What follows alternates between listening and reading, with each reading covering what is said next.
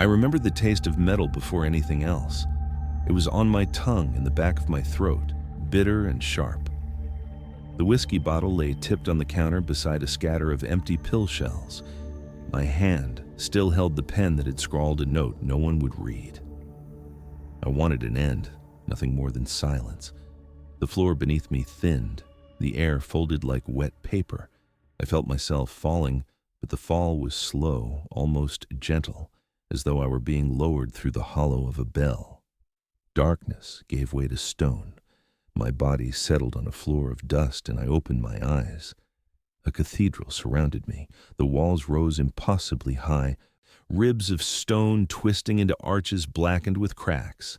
No lamps burned, no sun cut through windows. Instead, the stone itself shimmered faintly, giving the whole space a sickly pale glow. The pews stretched in endless rows, but not one seat was filled. At least, that was what I thought at first. A sound reached me. Not a hymn, not a voice I could follow, but a thin, wordless tone. It slid across the stone like water seeping into every corner. It was not singing, not really, but a memory of singing. My chest ached as if the sound itself pressed against me. I whispered my own name to steady myself. The tone dropped. The silence deepened. And then, at the far end of the nave, a figure stepped forward. It wore a long conductor's coat black as oil, and over its face a mask as white as bone. The mask had no mouth, no holes for breath, only smooth porcelain. A thin baton rested in its hand. It walked slowly, deliberately, until it stood a few paces away. "You took a path that descends," a voice said inside my head, "but you were not permitted to end." The choir was short voice. I laughed once, raw and broken. "You chose the wrong man," I whispered. "I lost my voice long ago." The baton tilted, a small gesture, almost like pity. Voices are more than sound. You have hunger, memory, grief. These are tones we can tune. I turned my head and saw them then. Shadows in the pews. Dozens, hundreds. Figures bent forward, motionless, each with a mask the same as the figure before me. No mouths, no eyes, yet from their chests the tone rose, steady, endless. My throat tightened. What is this place? The baton lifted. The choir of silence. Souls who fail are bound here. They sing until they vanish. You, Oliver Cross, are given another purpose. You will not sit and decay. You will walk among the living and bring us voices. You will be a collector. No, the word tore out of me.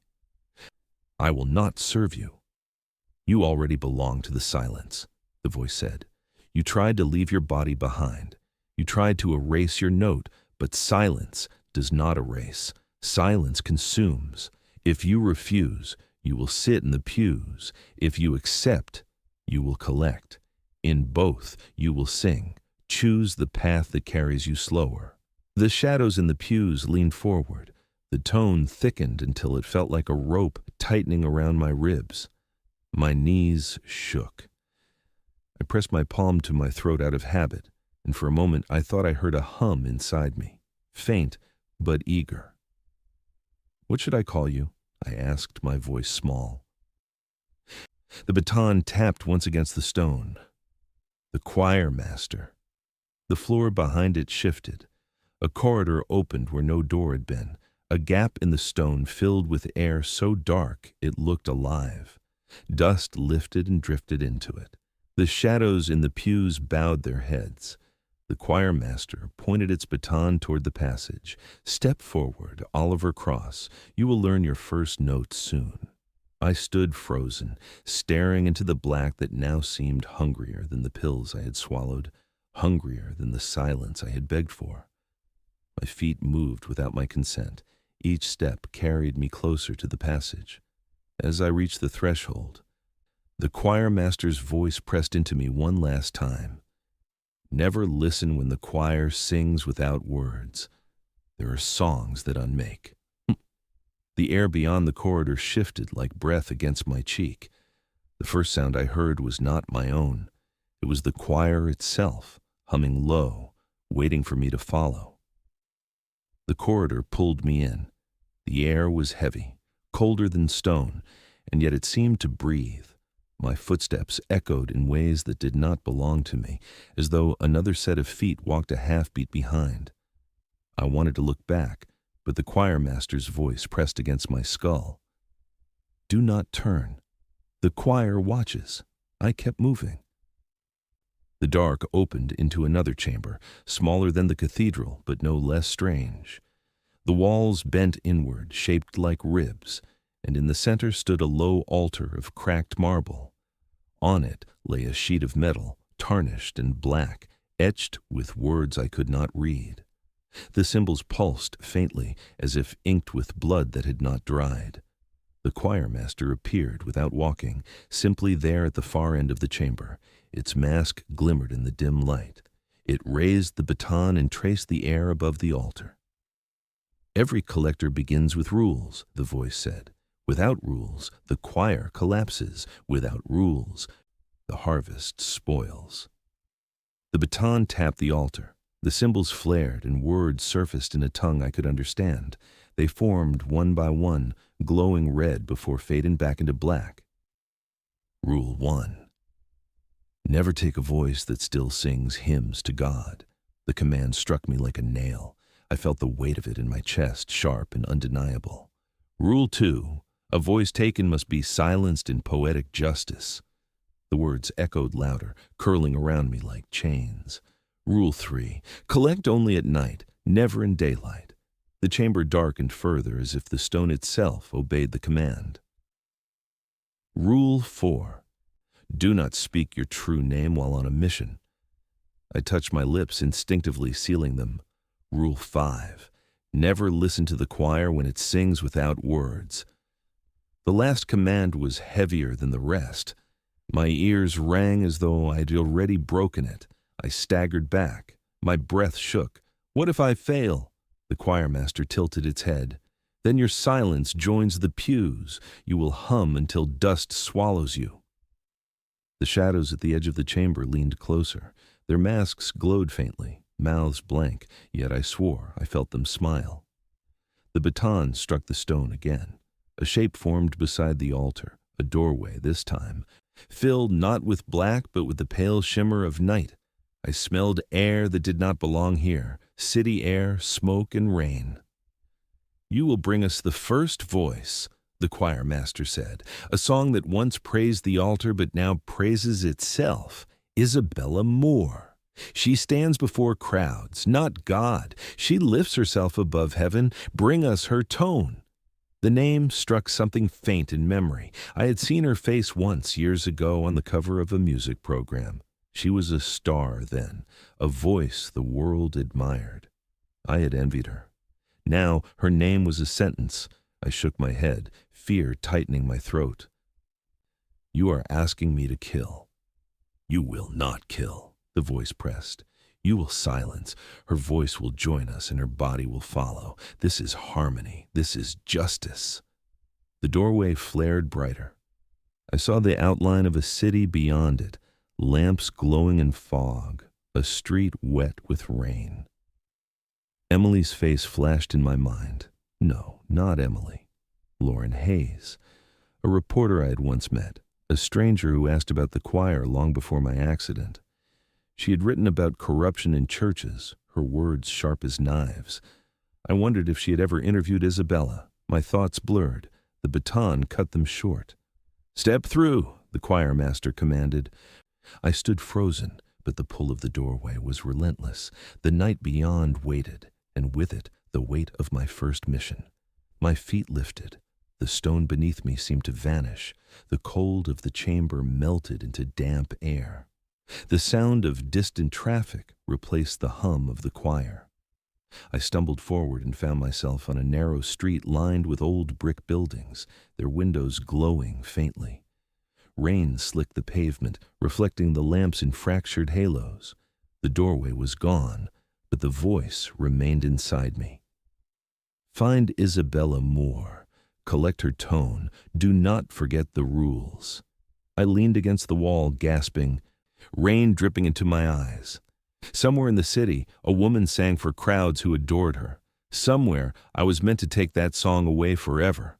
Rain clung to the streets like oil. I walked without direction, guided only by the voice inside my head. It pressed against my skull, whispering Isabella's name over and over until I thought it would split me open. Each syllable carried a pull, a tug in the chest that drew me through alleys and across boulevards. I'd never seen her in person, but I knew her story. Isabella Moore, the darling of opera houses, a voice that critics described as divine. She had once sung Ave Maria in a small parish near Boston, a performance that brought an entire congregation to tears, but she had left the altar behind long ago. Now she sang only for acclaim, wealth, and the adoration of strangers. The choir master's words echoed. She stands before crowds, not God. The pull led me to a theater on the edge of the city. Its marquee blazed against the night, letters spelling her name in gold. A line of umbrellas stretched down the block.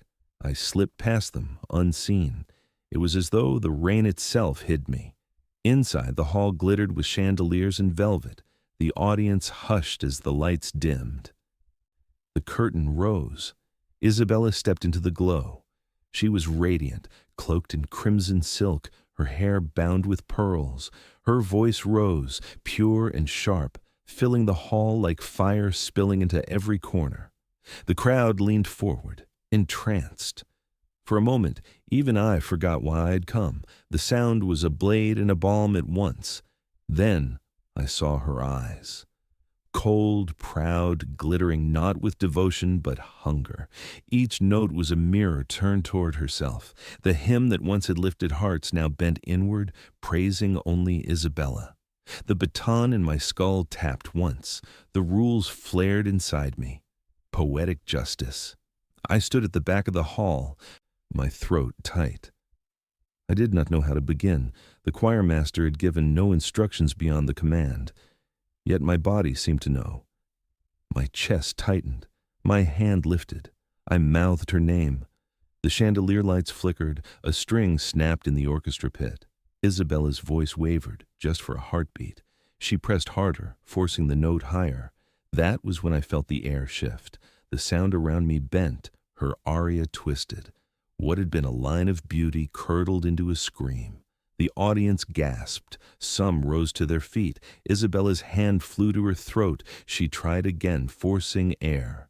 But the only sound that came was a shriek so raw it scraped bone.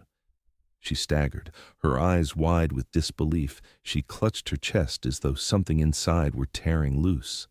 I saw it then, her voice leaving her body, a stream of light threaded with shadow, pulled through the air toward me. It struck like a gust of heat. The choir roared inside my head. The tone of 100 voices swelled, and Isabella's scream was swallowed into it. Her mouth opened, but no sound followed. The diva who once commanded thousands stood voiceless, trembling, reduced to silence. The audience erupted. Some fled. Others shouted for help. Isabella collapsed to her knees, her lips moving but producing nothing. The crimson silk of her dress spread around her like blood. I turned away. My hands shook. I had not touched her, yet I had destroyed her. The voice within me hummed with satisfaction. The first note collected. The choir grows. I stumbled out into the rain. Behind me, sirens began to wail. People rushed into the theater, their cries muffled by the storm. I leaned against a lamppost, gasping, my chest burning. Inside me, Isabella's voice echoed faintly. Trapped, a ghostly resonance folded into the endless tone. I whispered into the night, though no one listened. I did what you asked. Now let me go. The choir master's reply came soft, steady. One voice is not a choir. You will return. You will collect again. The song is not finished. The rain thickened, blurring the street. My reflection in the puddles lagged, its lips moving a second later than mine. I pressed my palm to my throat. My skin was hot, fevered, as if the voices inside had begun to hum through my veins. I thought of the rules. 5 commands etched into me like scars. I had already broken the first law of myself. I had sworn never to harm another soul. Yet, here I was, drenched in rain and silence, a thief of voices. And it was only the beginning. The rain had not dried from my coat when the next command came. I had hoped, foolishly, that the silence inside me might rest after Isabella. But the choir does not rest. It hums without pause, and when it swells, it means another voice must be gathered. The choir master's tone entered my mind like the strike of a baton. A preacher, Reverend Charles Hensley. His words are lies. His sermons steal, not save. Bring us his voice. I knew the name. Anyone who read a paper in this city knew him. He filled tents and stadiums with thousands of believers, waving their hands, emptying their wallets, promising miracles that never came. I had once despised him as a fraud. Now I was sent as his executioner. The pull guided me to a vast revival hall, its ceiling strung with lights, its stage draped in banners of gold and scarlet. Crowds packed every seat, their faces lit with anticipation. The smell of sweat and perfume mingled with the smoke of machines that poured mist across the floor. On stage, Reverend Hensley appeared. He was a mountain of a man, broad-shouldered, his suit gleaming with threads of silver. His voice rolled like thunder, booming through speakers, washing over the crowd. Every sentence bent toward money. Sow your seed. Reap your reward, give and be lifted. Hands reached for the collection plates, bills fluttering like leaves in wind. I stood at the back, unseen. My throat pulsed with heat. The rules whispered within me. Poetic justice. I closed my eyes. The choir pressed closer. When I opened them, Hensley's voice faltered. Just a crack, almost invisible. As he cleared his throat, smiled, continued louder. But the second note splintered. His words bent. The crowd shifted uneasily. He tried again, raising his arms, his face glowing with sweat. Brothers and sisters, your offering. The word offering twisted into a cry. It was not his cry. It was the wail of a child, thin and pained. The audience gasped. Some covered their mouths. Hensley stumbled, eyes wide. He tried to speak again, but this time it was the voice of a woman, broken, pleading. You promised me healing. My son is dead. He shook his head violently, slapping his chest as if to clear his throat. No, this is the devil. But the devil was already inside his lungs. Every word he forced out was no longer his. The voices of the deceived, the robbed, the abandoned poured from him in a chorus of grief. The sound filled the hall, rising higher, louder, a tide of sorrow that drowned his own words. The congregation erupted. Some fled. Others shouted in panic. A few stared in horror, tears streaming down their faces as they heard their own pain thrown back at them. Hensley fell to his knees. He clawed at his throat, his eyes bulging, veins straining. From his mouth, a final scream tore loose, but it was not his scream. It was the howl of 100 betrayed voices, all leaving at once.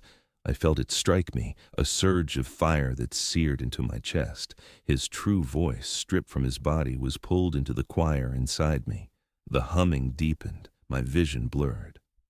For a heartbeat, I saw them, the shadows in the cathedral pews, nodding in rhythm, their blank faces glowing. When the sound ceased, Hensley collapsed. His lips moved silently, his throat raw, but no sound came. His body shook, as if trying to find air that no longer belonged to him. The man who had filled stadiums now had less than silence. Security rushed the stage. The crowd poured out, screaming. I slipped away, unseen once more. The night air hit me like a wall. I gasped, clutching my chest. Inside, the voices of Isabella and Hensley hummed together, weaving into the endless tone of the choir. My stomach twisted. I'd not only taken their sound, I carried their victims' grief as well. It echoed in me, an endless dirge. The choirmaster's voice came calm, approving, 2 notes in harmony. "You are learning the rhythm," I whispered into the dark. "You're turning me into something hollow." The baton struck within me. Hollow vessels carry sound best. I pressed my palms to my ears, but the choir still hummed. It never stopped. The faces of the voiceless haunted me. Their mouths opened, but nothing came. I had joined them to an eternity they never asked for. And still, the pull began again. Another name formed at the edges of my mind. Another voice awaited. The choir did not pause to let me breathe. Even as Reverend Hensley's silence settled into my chest, another name rose inside me like a verdict. Victor Lang. The sound of it was sharp, metallic, the strike of a gavel, a senator, a man whose speeches bent crowds like grass in wind. I'd seen his face on television more times than I could count, his voice booming from podiums, his hands raised in righteous fury. People adored him, they believed him, and behind the belief was rot. The choirmaster's voice pressed close, a tongue that sways nations but knows only deceit. Collect him, let his lies collapse into noise. I followed the pull. It led me not to a church or a theater, but to the Capitol steps, lit bright against the night. Flags snapped in the wind. A sea of people gathered below, holding banners, shouting slogans. Cameras lined the edges, lenses hungry for the sound of power. Victor Lang emerged beneath the floodlights. He was tall, broad-shouldered, his suit dark, his tie blood red. His smile was perfect, polished, the kind that belonged to kings and thieves alike. When he raised his hand, the crowd roared. When he spoke, they fell silent. His voice rolled out like thunder, words about freedom, about fear, about enemies waiting beyond the borders. The crowd cheered at every pause. I felt the air bend under him. This was no sermon for God, no aria for beauty. This was control, pure and deliberate. The rules whispered, poetic justice. I moved closer, weaving through the crowd. Each word from his lips struck me like a drum beat. My chest burned. The choir hummed impatiently. Lang raised his voice higher. "We are the future. We are the strength. Our enemies will tremble at the sound of us." I closed my eyes. The humming inside me surged. My lips parted.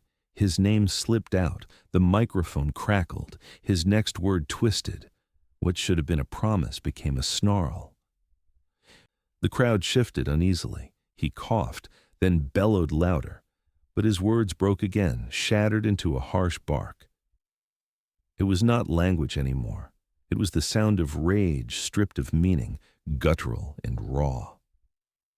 The audience looked at one another, confused, unsettled. Lang's face reddened. He tried again, pounding the podium, but the only sound that came was a roar without shape, a beast's howl trapped in human lungs. The banners trembled in the wind.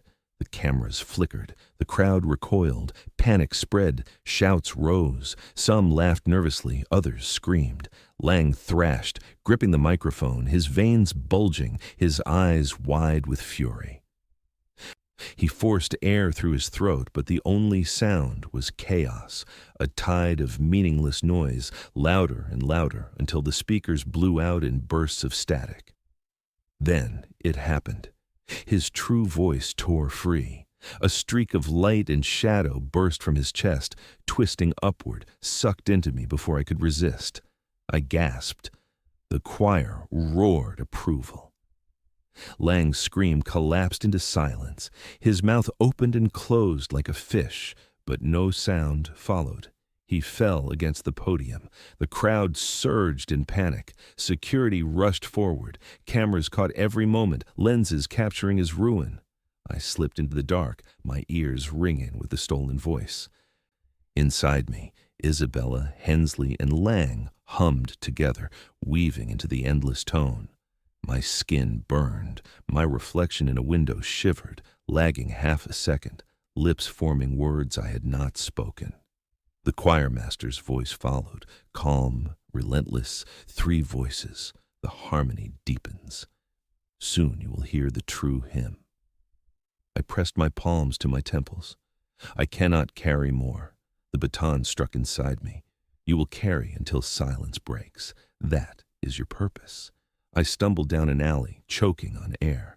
Behind my eyes I saw Lang still screaming, his roar trapped forever, now part of the choir. My veins hummed with their combined tones. I wanted to rip them out, to claw the sound from my chest, but there was no escape. And still, even as the night spun around me, the pull began again. The rules whispered, the next name waited. The silence after Victor Lang should have been a relief, but it was worse than the noise. The choir inside me no longer hummed as separate strands. Isabella's scream, Hensley's stolen sermon, Lang's guttural roar. They had fused into one current, deep and steady, filling my chest until I could not draw a clean breath. Every step I took through the city seemed to ripple with that tone. Street lamps flickered when I passed beneath them. Stray dogs whimpered and fled. My reflection in glass stretched longer than my body, lips forming shapes a second behind me. The rules still burned in my mind, but now they felt less like protection and more like a cage. The choir master's voice did not leave me. It praised me softly, like a conductor patting the shoulder of a child prodigy. 3 voices in harmony. The choir strengthens. You have done well. But for the first time, I did not believe it. I ducked into an abandoned chapel on the edge of the district, its roof half collapsed, its altar stripped. The air smelled of mildew and dust. I sank onto a pew and pressed my palms against my skull. Why? I whispered. Why these voices? What are you building? The answer came as steady as always. A hymn that binds, a song that sustains. The choir of silence must never fade. I shook my head. You said they would be justice, but justice does not feel like this. This feels like theft. The baton struck against the inside of my chest. Do not confuse mercy with justice. You collect what is owed. You preserve harmony. Without harmony, there is only ruin. But the word harmony twisted bitter in my mouth. Isabella's pride, Hensley's greed, Lang's deceit, none of it sounded like harmony. It sounded like fuel. I pressed harder against my temples. You are feeding on them, on me. You are not chaining darkness. You are building it. The choir swelled in answer, louder, a warning. My ears rang. Blood trickled down my neck. I stumbled from the pew, gasping. The ruined chapel spun around me. For a heartbeat, I saw the cathedral again. The endless pews, the masked figures, their blank faces tilted upward as though waiting for a conductor's cue. Their hum rolled through me, crushing thought. I forced my eyes open, forced breath into my lungs. The vision broke, but not the dread it left behind. I needed answers that the choir master would never give. That night, as I wandered the alleys searching for air that would not choke me, I heard another voice, not from within, from outside. Oliver Cross. I froze. No one had spoken my name since I crossed into this path. The rules burned in my chest. Do not speak your true name while on a mission. Yet someone had spoken it. A man stood at the end of the alley, his collar white against black. His hair was gray, his eyes sharp but weary. I knew him even before he stepped forward. Father Samuel Grady. He had been the priest of my childhood parish, the man who once told me my voice was a gift from God. He stopped a few feet away, searching my face with sorrow. You should not be here. I wanted to laugh, but it came out as a ragged cough. Neither should you. His gaze fell to my chest as though he could see the storm inside me. The choir has you. I prayed I was wrong, but I knew the moment I felt the air shift. They use you now. I staggered against the wall. Then tell me what it is. What are they building? Why these voices? He hesitated, his jaw tightening.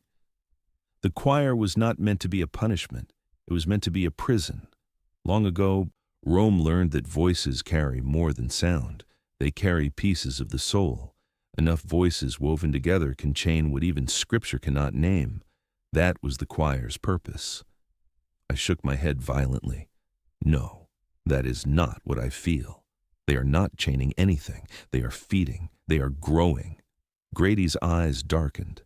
Then the prison has become its own master. The choir surged inside me, furious at his words. I doubled over, clutching my chest. A hiss filled my ears, the hum twisting into a shriek. Grady stepped closer. If you want to survive, Oliver, you must know this: hell is not the only one gathering voices. The Vatican keeps its own archive built from saints and martyrs. Heaven feeds on song as well, though they call it holy. Do you see now? Neither side is innocent. Both harvest, both chain, both use. I gasped, the words rattling me more than the pain. Heaven and hell both hoarding voices, disguising it as justice or salvation. The choir inside me howled at the thought, as though it feared the truth being spoken. Grady gripped my arm, his voice urgent. Find Sister Helena. She is the keeper of what Rome denies. She will tell you the rest. Do not let the choir claim you fully before then. The hum in my chest sharpened into a blade. My vision blurred. The shadows at the end of the alley shifted, shapes with blank masks tilting their heads. The choir had heard every word. Father Grady's warning followed me into every step. Do not let the choir claim you fully. But the choir was already inside me.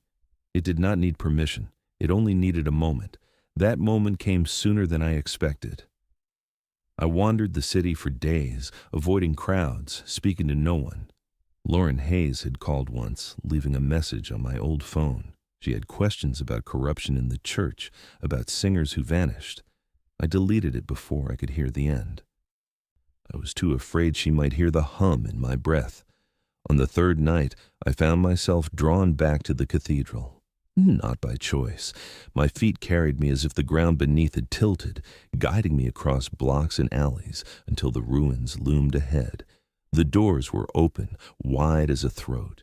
Inside, the pews were filled again with masked shadows, each bent forward in the same still posture. The choir master stood at the altar. The baton tapped once. The hum began. At first, it was the same as before, a low tone, wordless, steady. But then it shifted. The pitch bent upward, then downward, weaving in patterns that did not belong to human music. My blood froze. I remembered the fifth rule. Never listen when the choir sings without words. I should have fled. I should have covered my ears and run into the night. Instead, I stayed. My legs locked. My chest vibrated with the sound. The hymn thickened. Voices layered. Hundreds, thousands, a wall of tone that poured through the stone. It was not melody. It was structure, like the frame of a house built from noise.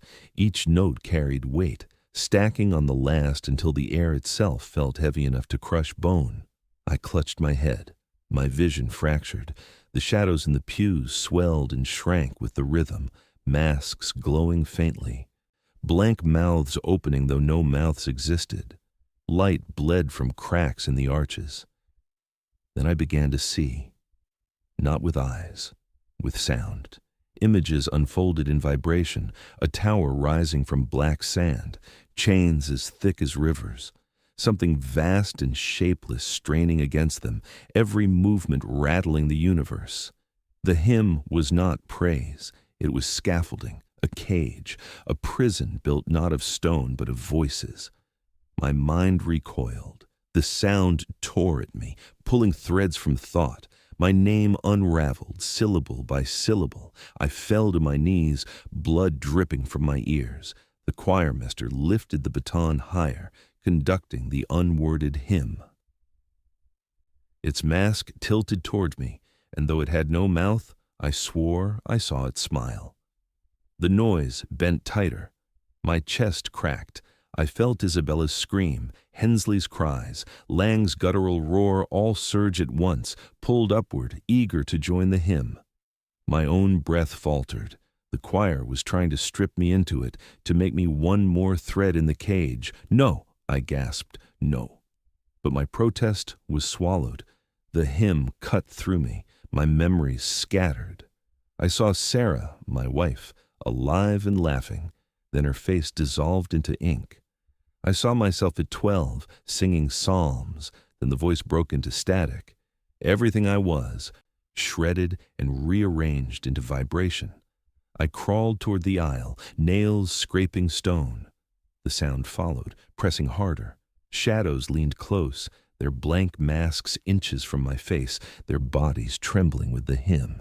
If I stayed another heartbeat, I would dissolve into them. Then another sound broke through, a bell, small, sharp, impossible in the roar. It cut a clean line through the hymn. My vision snapped back. My ears rang with the bell's echo. The shadows recoiled slightly, shivering. The baton froze. The choirmaster's mask tilted sharply, displeased. The bell rang again. Hands seized me under the arms. I was dragged backward down the aisle, through the doors, into the night.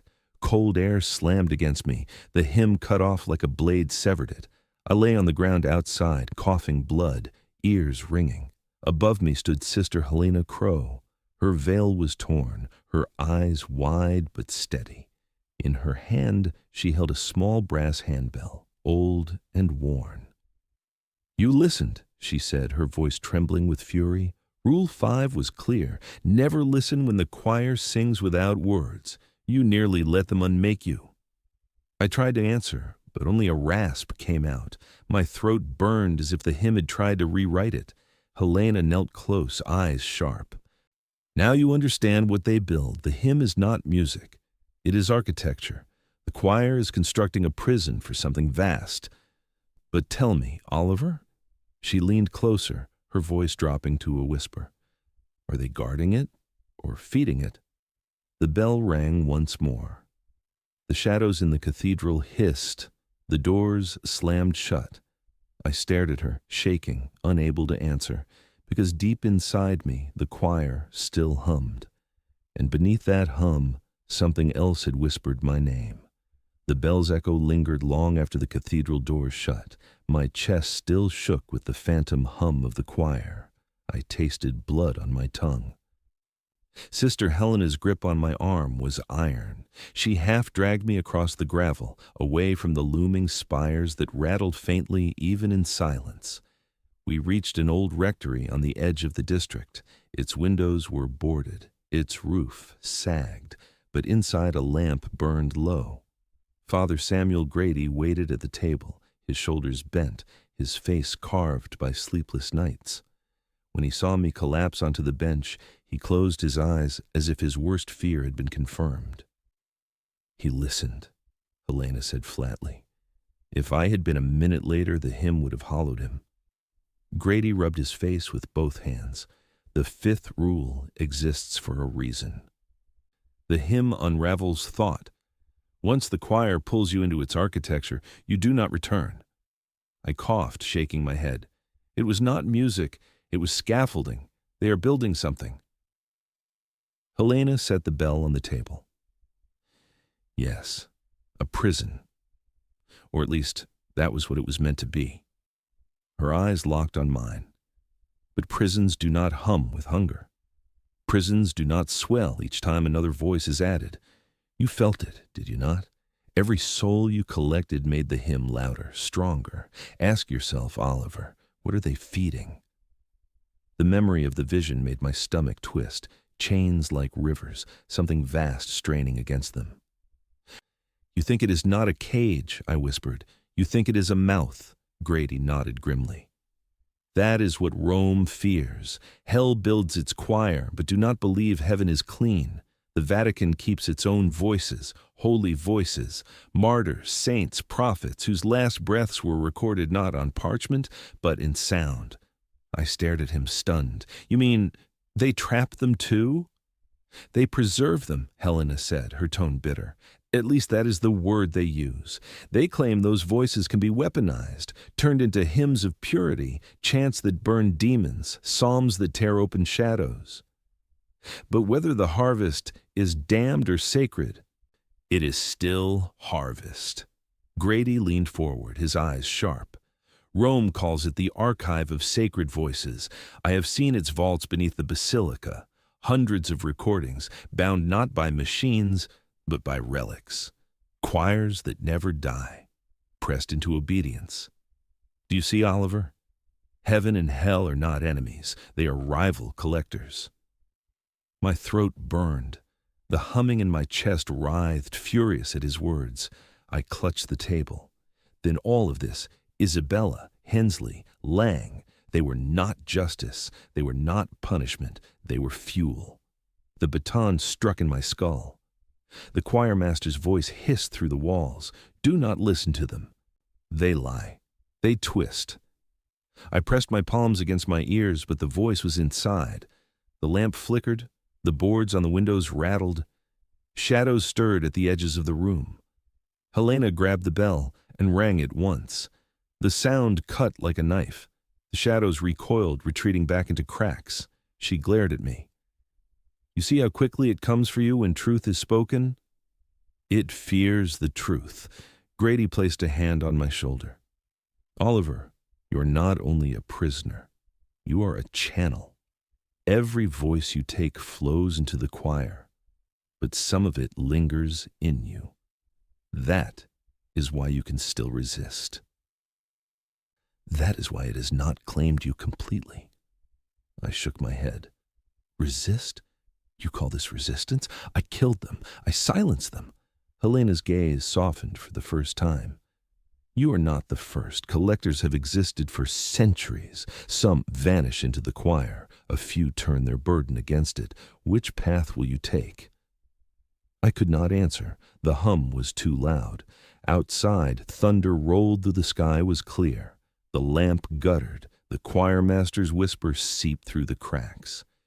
Do not betray harmony. Return to the cathedral. Collect again, or your silence will feed us anyway. Helena's bell trembled in her hand. Grady's eyes darkened. He leaned close, his breath harsh. You must choose, Oliver. You can keep gathering voices until you are nothing but a shell, or you can strike at the choir itself before it consumes us all. The shadows swelled against the windows, blank masks pressing against the boards. The air in the rectory thickened with vibration. My chest burned as the voices I had stolen clawed at my ribs, begging to be free. The walls of the rectory shuddered, as if the very air had grown bones. The shadows pressed harder against the boards, masks glowing faintly through cracks. The choir was angry. It had heard every word spoken at that table. My chest heaved. The voices inside me churned, Isabella's aria twisting with Hensley's false sermon and Lang's guttural roar. Together they formed something unstable, discordant. The harmony the choir master had promised was breaking apart. Grady leaned close, his voice nearly drowned by the hum. It is unraveling. The choir cannot hold the weight of too many voices without tearing. This is your chance. Helena rang the bell again. The vibration cracked across the room, scattering the shadows. For a breath, silence returned. Then the choir master spoke. Its words did not come as a whisper this time. They came like thunder inside my skull. Oliver Cross, your work is not finished. The choir requires one more note, the final voice. The room shook. Dust fell from the beams. My heart froze as the name burned through me. Lauren Hayes. My stomach twisted. No! The word barely left my throat. The baton struck. She seeks truth that must not be written. Her voice already leans toward blasphemy. Collect her, or the hymn collapses. The choir must be fed. Helena's face paled. They want her, she whispered. She must have learned too much. Grady slammed his hand on the table. You cannot obey this command. If you take her voice, you seal the choir's power. Hell will have its hymn complete. The hum inside me throbbed, furious. The walls cracked. The lamp burst, plunging us into darkness lit only by the glow of the masks pressing against the window. The choir master's voice rose again. If you refuse, you will sit among the pews until you rot into dust. Collect her, and you may stand as conductor beside me. This is your final note. I staggered to my feet, clutching my chest. My ribs felt like they were splitting. I saw Lauren's face in memory, not as prey, but as a human being. She had looked me in the eye once, asking questions about church funds, about vanished choir members. She had spoken with the stubbornness of someone who would not be silenced. Now the choir wanted that voice ripped out. Helena seized my arm. Listen to me, Oliver. If you take her, it ends. But not the way you hope. The choir will not stay chained. It will swell until even hell cannot hold it, and heaven will answer with fire. Grady's voice cracked with urgency. There is another way. If the choir's collapsing, perhaps your resistance can tear it open instead of feeding it, but that means defying the choir master outright. The shadows pressed harder. The boards split. Cold poured through the cracks. See, I saw the cathedral in my mind again, pews shaking, masked figures leaning forward, waiting for me to choose. I shouted into the dark, "Why her? Why Lauren?" The answer came swift, merciless, because she will speak, because she will write, because her voice can spread faster than song. Silence her, or the hymn will shatter. I pressed my back against the wall, gasping. My chest was a cage of fire. Inside me, the three stolen voices screamed in conflict, no longer blending, each pulling in a different direction. Helena clutched the bell with white knuckles. Oliver, they are afraid. Do you not see? If her voice could undo them, then perhaps it is not silence we need. Perhaps it is sound. Grady's eyes met mine, full of desperate hope. Protect her. Defy them. If the choir rips apart, something worse may come, but at least it will not be this endless harvest. The room groaned.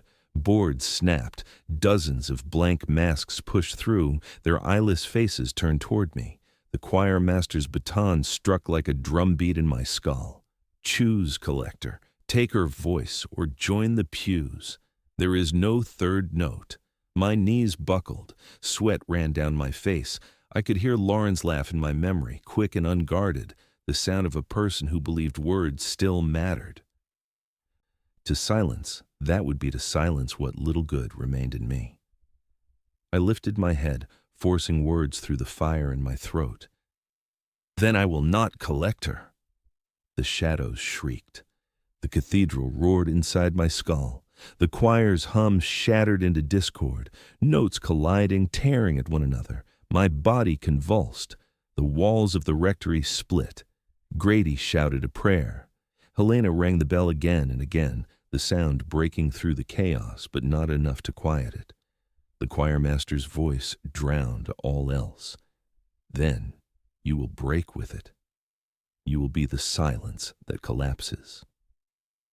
And as the floor gave way beneath me, I understood that this was not the end of my mission. This was the end of the choir itself. The collapse did not sound like stone breaking. It sounded like voices tearing, thousands, millions, shrieking at once, unraveling into chords that bent and snapped.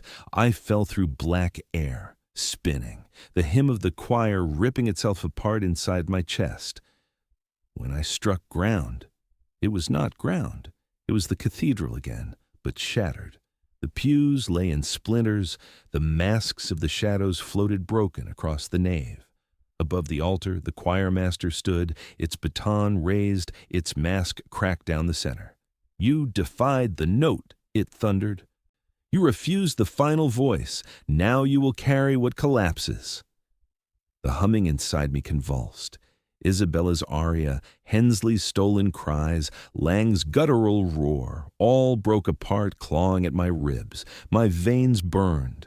I screamed, but the scream was not mine. It was theirs, all of theirs, pouring through me. Helena's bell rang faintly, distant as if from another world. I saw her at the far end, struggling against shadows that should not still exist. Grady's voice rose in prayer, but the words warped, swallowed by the discord. I crawled toward the altar.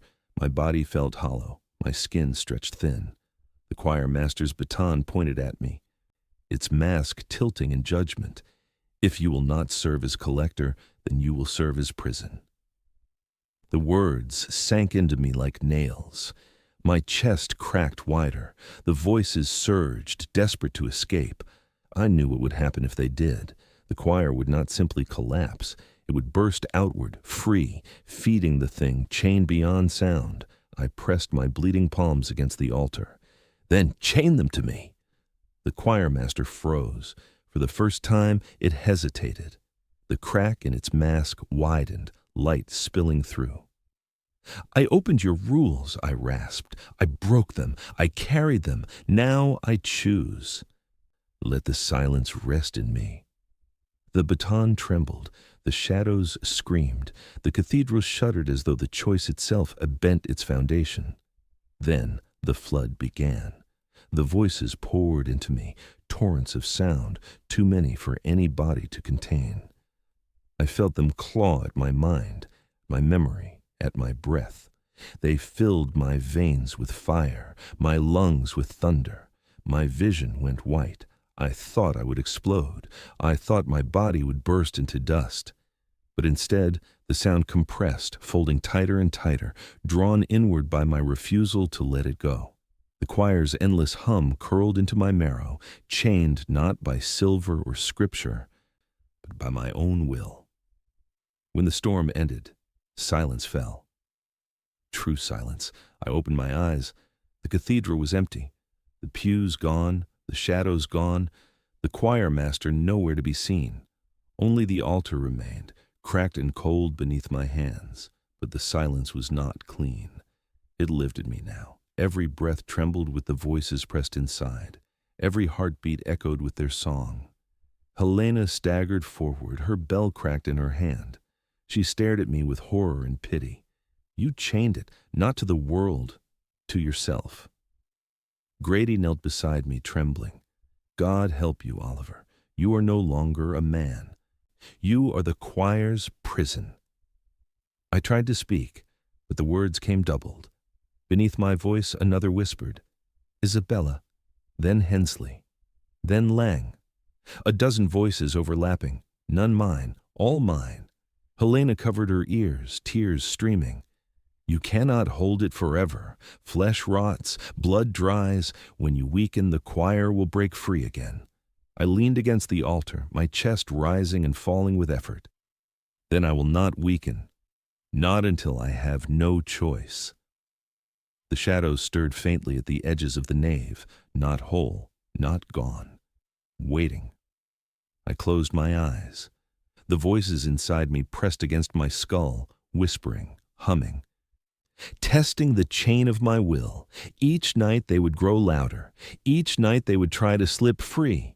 That is why I'm writing this. That is why I confess. If you hear a song in the night with no words, cover your ears. Do not hum with it. Do not follow it, because it will be us. It will be the choir, still hungry, still waiting.